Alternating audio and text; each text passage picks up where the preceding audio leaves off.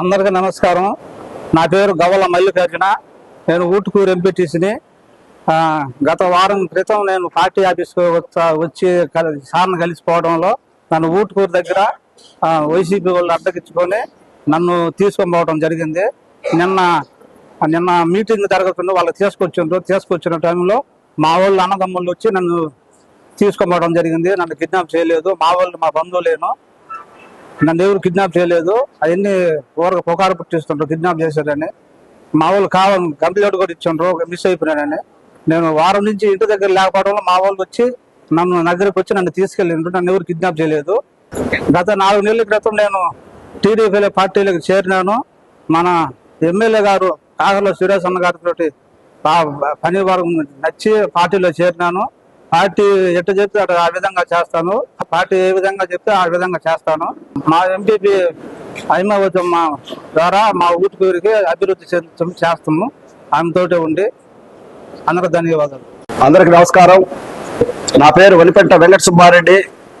నేను తెలుగుదేశం పార్టీలో సీనియర్ నాయకుడిగా కొనసాగుతున్నాను. నిన్న జరిగినటువంటి మా వింజమూరు మండల ఎంపీపీ ఎన్నికల్లో మా సతీమణైనటువంటి వనిపెంట హైమావతి గారు ఎంపీపీగా ఎన్నికయ్యారు.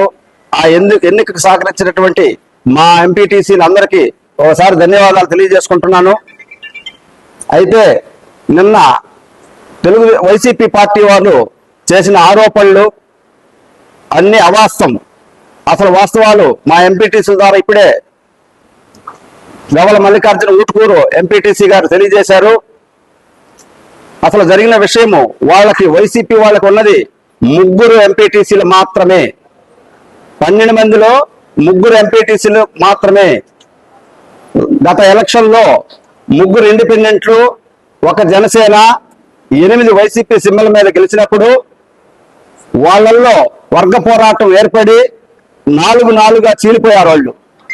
4 ఎంపీటీసీలు ఒకటై మా ఇండిపెండెంట్ గ్రూప్తో వచ్చి సగకాలం మా ఇండిపెండెంట్ గ్రూప్లో ఎంపీపీ, సగం కాలం మాతో పాటు వచ్చిన వైసీపీ రెబల్ బ్యాచ్ సగం కాలం అని చెప్పి నిర్ణయించుకొని మేము అధికారం తీసుకోవడం జరిగింది. ఆ క్రమంలో 8 మంది మా పార్టీలో కొనసాగుతున్నారు. అప్పటి నుంచి ఇప్పటికీ మాతో పాటు చంద్రబాబు నాయుడు గారి సమక్షంలో వింజమూరులో అందరం కూడా పార్టీ ఈ 8 మందిలో ఒక్కరు తప్ప మిగతా అందరూ పార్టీలోకి రావడం జరిగింది. ఆ రోజు చంద్రబాబు నాయుడు గారి సమక్షంలో 7 ఎంపీటీసీలు పార్టీలోకి రావడం జరిగింది. తర్వాత పార్టీ రూలింగ్ వచ్చిన తర్వాత ఒక ఊటుకూరు ఎంపీటీసీ సెప్టెంబర్ 16వ తేదీ మా పార్టీ విధానాలు, మా ఎమ్మెల్యే పనితీరు ఆయనకి నచ్చి పార్టీలోకి రావడం జరిగింది. ఇది వాస్తవం. ఆయన గత నెల 30వ తేదీ మా మండల నోటిఫికేషన్ రావడం జరిగింది. ఆ నోటిఫికేషన్కి సంబంధించి మాట్లాడుకోవడానికి మేము అందరం కూడా 8 మంది ఎంపీటీసీలు ఆ రోజు మా ఎమ్మెల్యే గారి దగ్గరకు వచ్చి ఎంపీపీ అభ్యర్థిని ప్రకటించుకొని ఆమెకి అందరి అనుమతితో అందరి అభిప్రాయం తీసుకొని ఇంటికి వెళుతున్నాం. ఈ ఇంటికి వెళ్ళే క్రమంలో మా 8 మందిలో ఒకరిని కొని ఆమె ద్వారా ఇక్కడ ఉన్నటువంటి విషయాల్ని బయటికి తెలియజేసి అతను వింజమూరుకి 20 కిలోమీటర్ల దూరంలో ఉన్నటువంటి ఊటుకూరుకు వెళ్లే క్రమంలో తక్కిలపాడు ఎస్సీ కాలనీ వాళ్ళది, ఊటుకూరులో ఇంద్రానగర్కు పోయే దారిలో కాపుగాచి అతని బండి కూడా అతన్ని కిడ్నాప్ చేసి అతను ఎక్కించుకోవడం, అతని బండి కూడా ఆ చెట్టు కింద పెట్టడం జరిగింది. ఆ తర్వాత నేను కంప్లైంట్ ఇవ్వడం జరిగింది.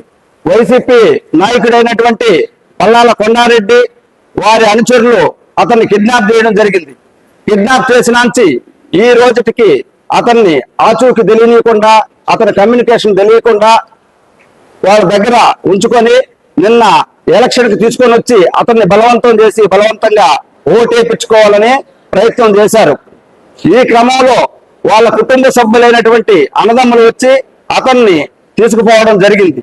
ఇక్కడ ఎవరు బలవంతం లేదు, ఎవరి ప్రేరణ లేదు.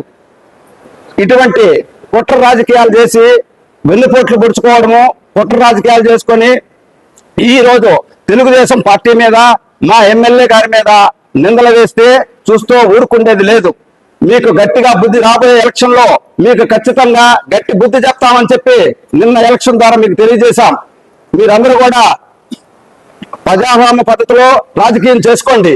మీరు కుట్రలు చేసుకోవడం, మీరు విడిపోయి వెన్నుపోట్లు పుడుచుకొని మమ్మల్ని అనడం చేస్తే ఇదివరకే 2-3 సార్లు హెచ్చరించాం. మరొకసారి వైసీపీ నాయకులందరికీ హెచ్చరిస్తున్నాం, ప్రజాస్వామ్య పద్ధతిలో రాజకీయాలు చేయండి, ప్రజాస్వామ్య పద్ధతిలో ఎన్నిక గాండి, అందరికీ గౌరవ మర్యాదలు.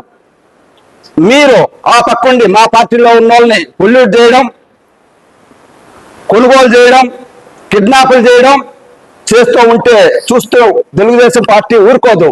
మేము కూడా తగిన బుద్ధి చెప్తామని చెప్పేసి నిన్న తెలియజేశాము.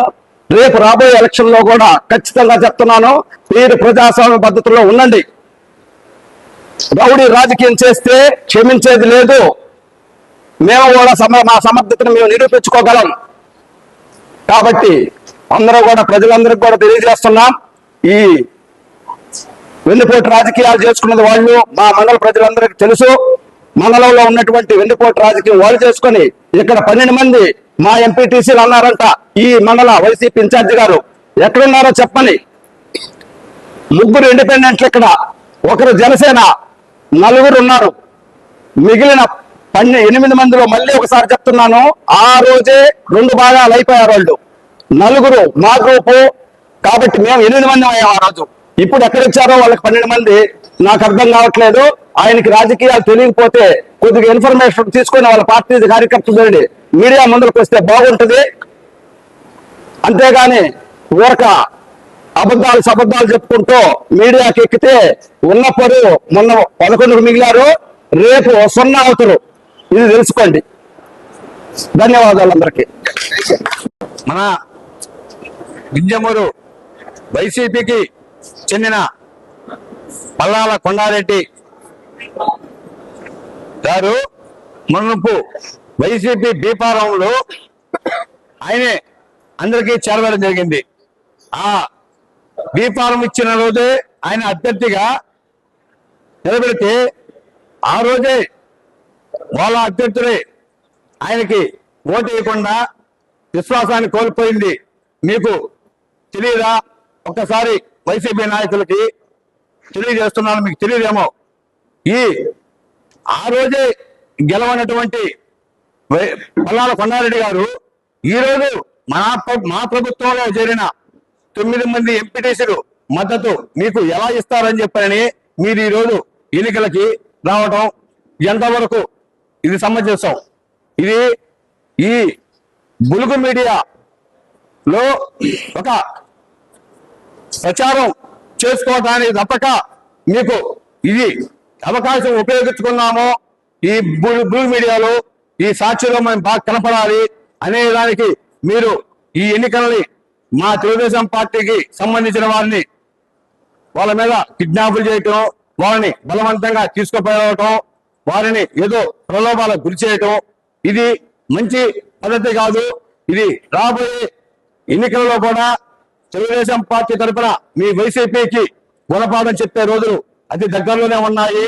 మా ఎమ్మెల్యే గారు చేస్తున్నటువంటి అభివృద్ధి కార్యక్రమాలు వాటి వలన మాకు తెలుగుదేశం పార్టీలో చేరాలని చెప్పని విజయమూరు ఉదయగిత్తాలకాలు ఎంతో మంది ఇంకా మా పార్టీకి ఆకర్షణ అవుతున్నారు.